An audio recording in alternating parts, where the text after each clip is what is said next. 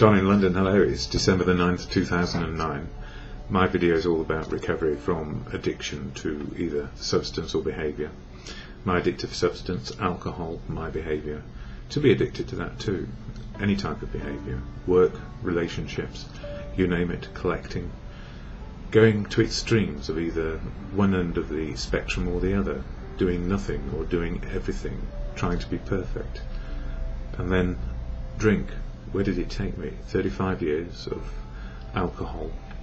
I know the first drink did the damage these days. It took the edge off my feelings, made me feel convivial and joyful, and this was as a small child. So what chance did I have, having had that revelation, to understand my emotional, spiritual and physical well-being on a daily basis? Well, the answer was, I think and feel it was somewhat curtailed. So I enjoyed it, and it took the edge off. It got rid of fear, or rather it suppressed fear in me. And I think during my childhood there were many fearful times. It was not an easy time to live, and that was nobody's fault. So part of what I've learned in recovery is blame no one for what happened before. It's just as it was, and it was a place of learning.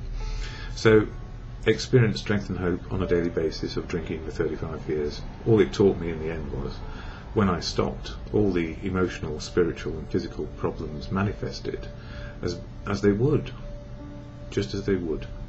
So the gift these days is, if I keep in recovery, my emotional, spiritual and physical well-being on a daily basis can be as it is now. And that is the most important part for me in recovery. I get to see, feel and understand life as it is today, not tomorrow and not yesterday. So through a process of healing, I guess, I've come to understand why things happened in my life, and not to look back and stare, ponder and fear it, or wish it was back.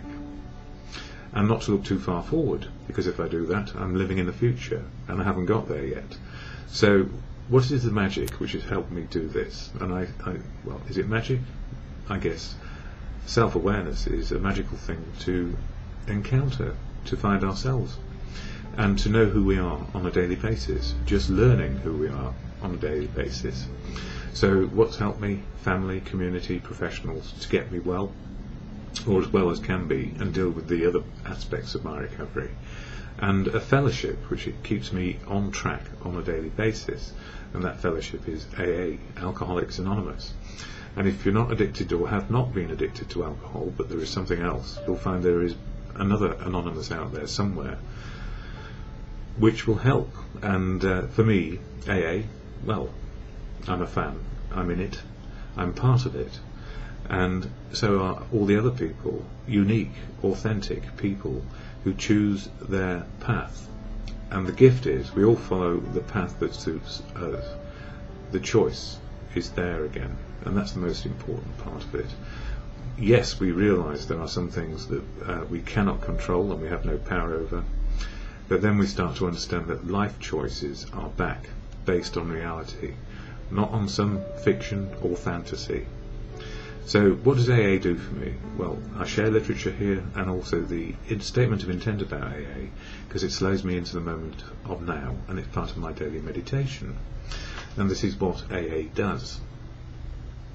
Alcoholics Anonymous is a fellowship of men and women who share their experience, strength and hope with each other, that they may solve their common problem and help others to recover from alcoholism.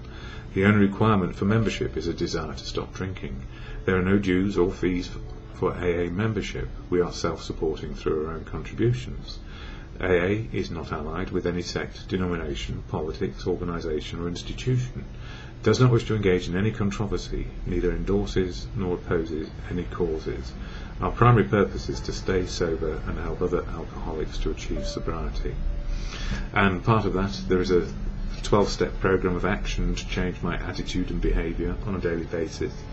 And there are 12 months in the year, so my videos have concentrated on one step per month, which is the same as this particular book, Daily Reflections, which is an AA 1 page a day on an affirmation to live sober. And the 12th step, which is December, reads like this: Having had a spiritual awakening as a result of these steps, we try to carry this message to alcoholics and to practice these principles in all our affairs.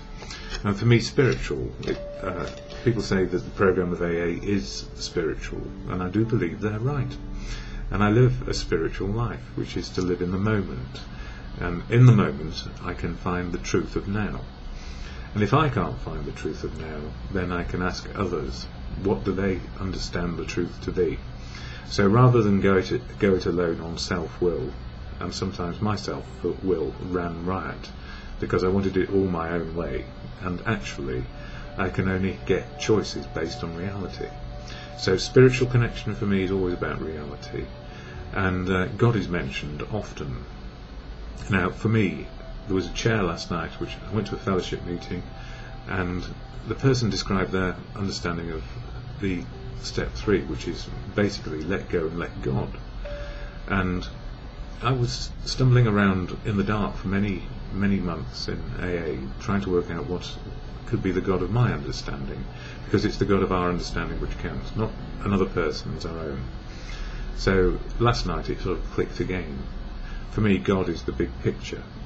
It's not just me and my outlook which counts, it's the outlook of everyone. 6.5 billion people on the planet, and we all have a right to be here. So the big picture is letting the world in and living a life in an included way with the rest of society, and accepting what is possible and what is not possible. So God is truth for me, and that's not the truth I would want it to be, but it's the absolute truth of the situation right now. And God is love. People will help if they can, and God works through people. I need to listen to people. That's how the spiritual connection works for me. But everybody has their own, and that's the gift. So the daily reading for today in Daily Reflections goes like this. It says, love with no price tag, December 9th. When the 12th step is seen in its full implication, it is really talking about the kind of love that has no price tag on it. In order for me to start working the 12th step, I had to work on sincerity, honesty, and to learn to act with humility. Carrying the message is a gift of myself, no matter how many years of sobriety I may have accumulated. My dreams can become reality. That's the local enforcement officers going back for tea, by the way. My dreams can become reality. I solidify my sobriety by sharing what I have received freely. So if I get it, I give it. Well, I just give it away freely anyway.